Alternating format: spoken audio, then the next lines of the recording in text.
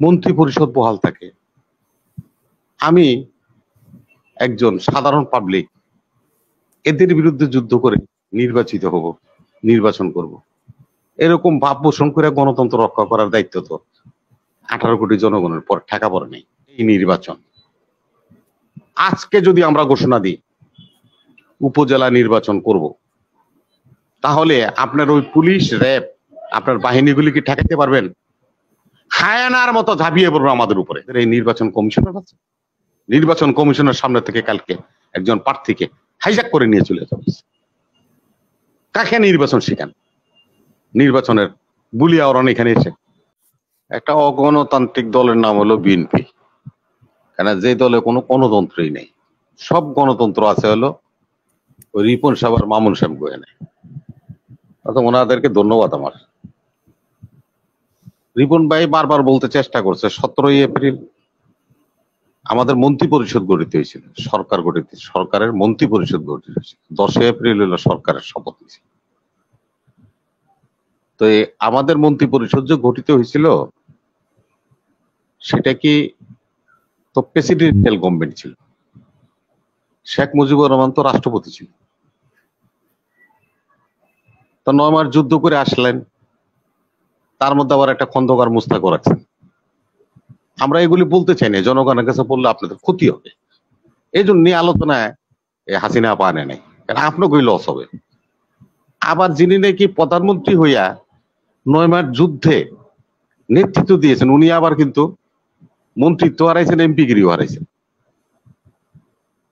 তো এই সমস্ত বাস্তব জিনিসগুলি জনগণ জানক, বারবার জানানো আমাদের উচিত না। এই জন্যই আর কি ট্রফি স্টেপ করে রাখেনি। নির্বাচন সম্বন্ধে একটা কথা খুব বারবার বলেন রিপন ভাই, এই লোকটারে বুঝানোর মতো কোনো ইউনিভার্সিটি নেই বা কোনো স্কুল নেই। যদি থাকতো তাহলে আমি দয়া করে নিজের টাকা দিয়ে ওনার ওখানে পাঠাইতাম, যে নির্বাচন কি এবং কেন, কত প্রকার।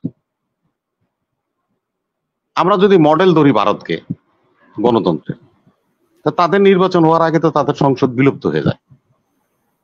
আমরা যদি গণতন্ত্রের মডেল যদি আমরা ব্রিটিশকে ধরি, নির্বাচনের পূর্বে তো তাদের সংসদ বিলুপ্ত হয়ে যায়। তা আমার দেশে সংসদ বহাল থাকে, সরকার বহাল থাকে, মন্ত্রী পরিষদ বহাল থাকে।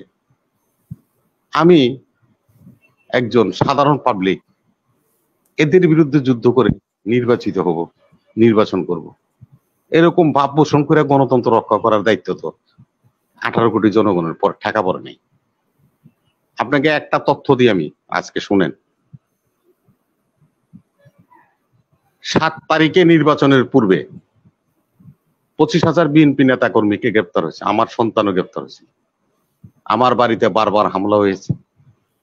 পুলিশের সাথে বাধ্য হয়ে আমাকে নেগোসিয়েশন করতে হয়েছে। আমাদের যারা নাকি গ্রেপ্তার হয়েছে, সত্য কথা শুনেন, এই ডিবি, র্যাব, এই পুলিশ সামারি করেছে আমাদের কাছ থেকে শত শত কোটি টাকা। তারা বিভিন্ন কৌশলে আমাদের কাছ থেকে নিয়ে গেছে, আমাদের নেতা কর্মীদের কাছ থেকে। কাউকে রিমান্ডে নিবে, পিটাবে, একটা মামলা দিব, নাইলে 5টা মামলা দিয়ে দিব, নাইলে 10টা মামলা দিয়ে দিব। এই সমস্ত নাটক করে আমাদের নেতা কর্মীদেরকে কপর্দক্ষহীন করে দিয়েছে এই নির্বাচন। আজকে যদি আমরা ঘোষণা দিই উপজেলা নির্বাচন করব, তাহলে আপনার ওই পুলিশ, র্যাব, আপনার বাহিনীগুলি কি ঠেকাতে পারবেন? হায়ানার মতো ঝাঁপিয়ে পড়বে আমাদের উপরে। যাকে যেখানে পাবে সেখান থেকে তারা গ্রেপ্তার করবে, উঠাই নিয়ে যাবে, থানায় নিয়ে আত্মীয় স্বজনরে খবর দিয়ে নিবে যে আপনার ছেলেরে বাঁচাইতে চাইলে, রিমান্ড থেকে বাঁচাইতে চাইলে এত দিবেন, আর একটা মামলা দিয়া পাঠামো। যদি 10টা মামলা দিয়া পাঠাই তাহলে বুঝেন তো কতদিন জেলে থাকবো। তা এইটা যে কম দিমো, এটার লেগে কত দিবেন? এই বাণিজ্য শুরু হয়ে যাবে এই রাষ্ট্রে। সেটা ঠেকানোর ক্ষমতা আপনাদের নাই। ওই যে মামুন সাহেব যেটা বলছে যে ডিসিরা এখন প্রশাসক না, অ্যাডমিনিস্ট্রেটর না, ডিসিরা এখন এমপি মন্ত্রী চেয়ে পাওয়ার, এসপিরা তার চেয়ে বেশি পাওয়ারফুল। আপনি নির্বাচন নিয়ে আসছেন, কিসের নির্বাচন? এই দেশে নির্বাচন করার ক্ষমতা আপনাদের আছে? আপনাদের এই নির্বাচন কমিশনার আছে, নির্বাচন কমিশনের সামনে থেকে কালকে একজন প্রার্থীকে হাইজ্যাক করে নিয়ে চলে যাবে। কাকে নির্বাচন শিখান? নির্বাচনের বুলি আওরান এখানে এসে, গণতন্ত্রের বুলি আওরান, এগুলি পরিহার করেন। বলেন আপনার সরকারকে যে ভারতে যে সিস্টেম আছে, ব্রিটেনে যে সিস্টেম আছে, ওই সিস্টেমে দেশে একটা নির্বাচন দেন, ওই নির্বাচনে আমরা অংশগ্রহণ করবো। আপনার সুপারিশ করার দরকার হবে না, আমার স্পেস খালি থাকবে না। ইরানের 47 বছর ইরান শাসন করছে, এখন যারা শাসন করে খোমেনিরা, তাদের কোনো স্পেস ছিল না। খোমেনি ফ্রান্সে পালাই আছে, এখন সব খোমেনিদের দলের লোক ইরান পরিচালনা করে, সাহার গোষ্ঠীর কেউ নেই।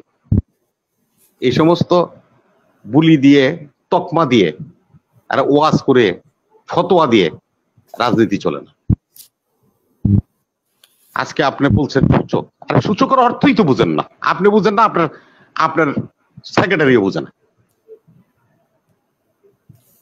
সূচকের বিষয় যেটা আপনি লেমেনের কথা বলছেন, তার একটা আটলান্টিক তথ্যের উপরে পিটার হাস কথাটা বলছে, তারা এলডিসির কথা বলছে, উন্নয়নের কথা বলছে।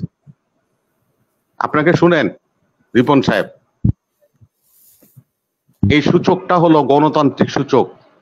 যদি দেশের ফ্রিডমনেস না থাকে, স্বাধীনতা না থাকে, সকল সেক্টরে কাজ করার যদি আপনার ওয়ান স্টপ সময় না হয়, তাহলে বিনিয়োগ হবে না রাষ্ট্রে।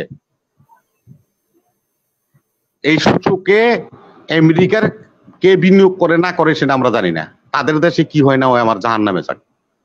আমার রাষ্ট্রে, উন্নয়নশীল রাষ্ট্রে যদি স্বাধীনতা খর্ব হয়, মানবাধিকার খর্ব হয়, তাহলে কোন রাষ্ট্র আমার দেশে বিনিয়োগ করবে না। যার কারণে ওই লেমেন ওই কথাটা বলেছে, এলডিসির কথাটা বলেছে, এবং আপনার 2000 সালের যে উন্নয়নশীল দেশে উন্নত হবে সে কথাটা সেখানে উল্লেখ করেছে। কিসের উপর ভিত্তি করে বলছে? যে এই কাজগুলি হলে আপনারা সে অর্জনটা করতে পারবেন না, আপনাদের অর্জন বাধাগ্রস্ত হবে, প্লাস রাষ্ট্রে হবে না।